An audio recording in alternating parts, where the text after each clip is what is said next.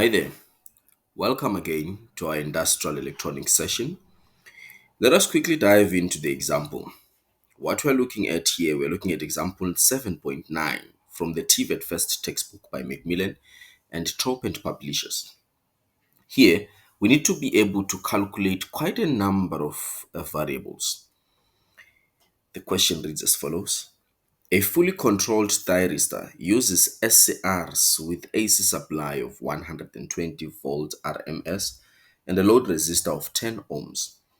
If the firing angle alpha is 30 degrees, calculate the average output voltage, the average current, the maximum current, PIV, RMS load voltage, power absorbed, RMS load current, and lastly, rectification efficiency. In order for you to be able to comprehend this type of questions, you must have studied and understood the questions that are involved and the formulas that are involved in such a question.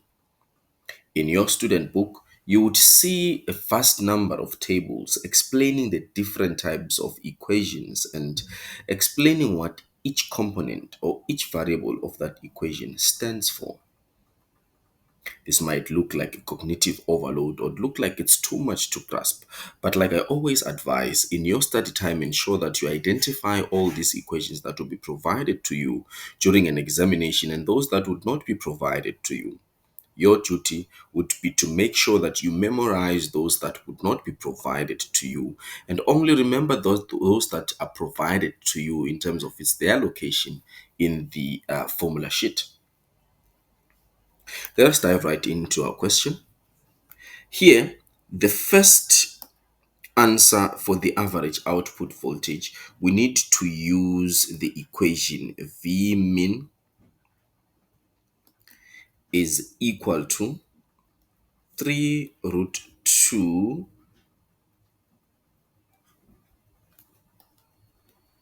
3 root 2 V line divided by pi cos alpha. So this will be 3 root 2 multiplied by 120 divided by pi cos 30.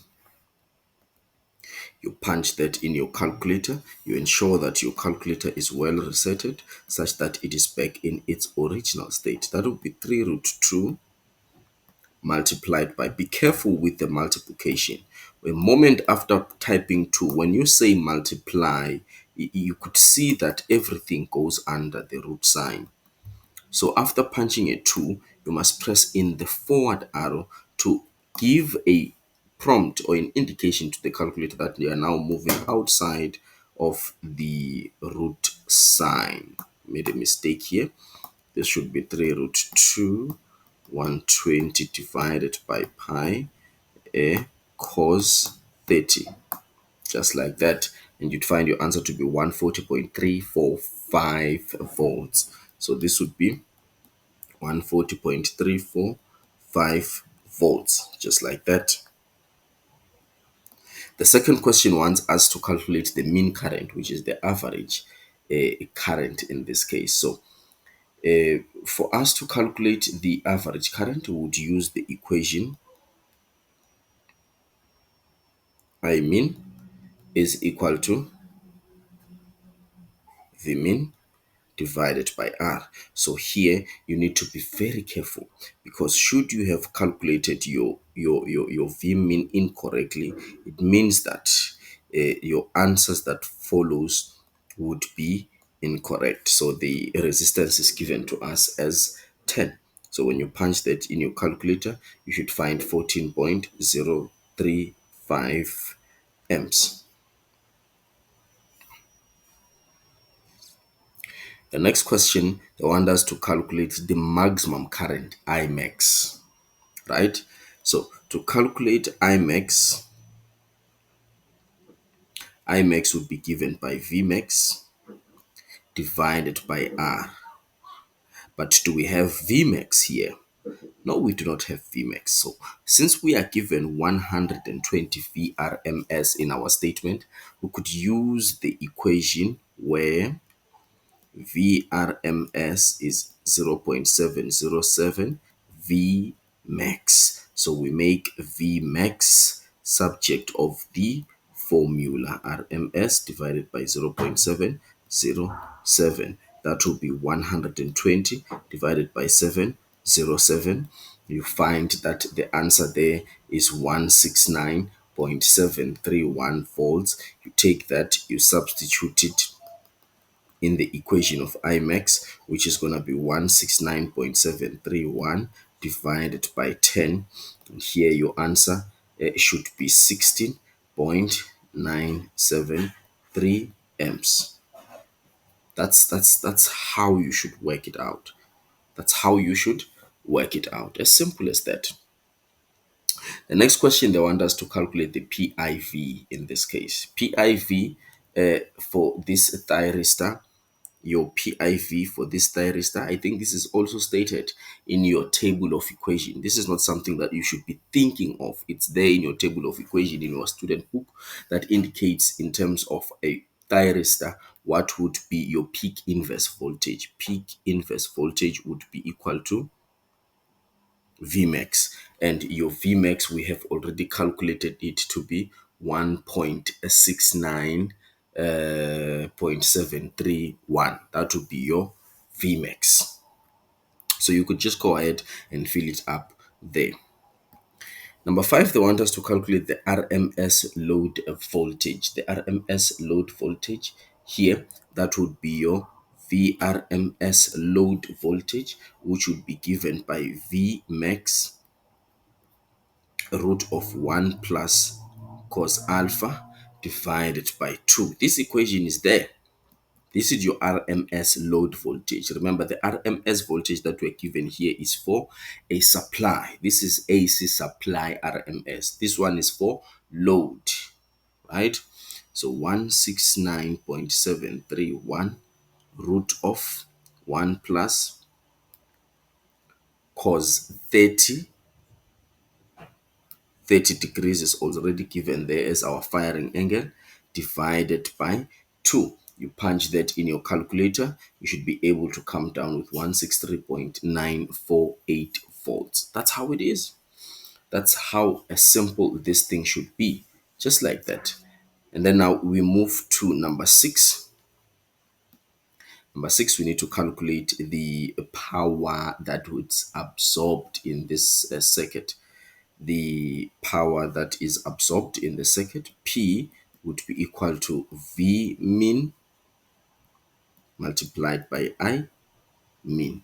All these equations, like I said, they are all there in your table of equations. No equation you would not find there. 140.345 multiplied by 14.035.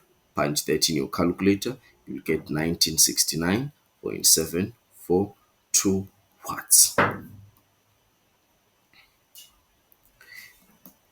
Number 7, which is the RMS current in this case.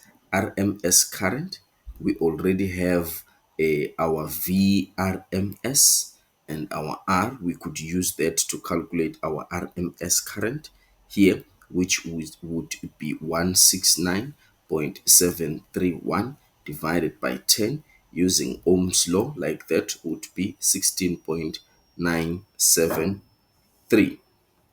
Just like that, amps. That would be our RMS current, just like that. And then lastly, we need to calculate our rectification efficiency.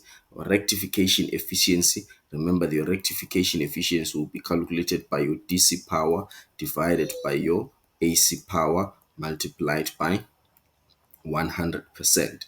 Now, we already have our DC power because the power absorbed here would be already in a form of a DC absorbed where to the load. So we need to calculate our AC power. So our PDC We've already calculated it as 1969.742 watts. But our AC now, our PAC would be given as VRMS multiplied by IRMS. So our VRMS in this case would be the one that we've calculated on the other side, which is 163.948 multiplied by 16.973. You punch that in your calculator, you should get 2782.689 watts. So you substitute that there, that will be 1969.742 divided by 2782.689 multiplied by 100%. You punch that in your calculator, 1969.742 divided by 2782.689, multiply that by 100%, you'd find that your rectification efficiency will be 70.786. That will be 70.786%. Look, it may look like a very difficult question, but the only thing that's there, it's just a bit long. The question is just a bit long, and it utilizes all the equations that you are given there. And the simple purpose of having this type of a question in our student book is such that we could train the mind, we could ensure that we educate the mind, and also ensuring that you grasp as much equations as possible. Now, this question would definitely be muchly used in the exam room because it puts everything together in one place so that you are well assessed in your final examination. That's it for me today, folks. Let's meet again next time for another exciting session of industrial electronics.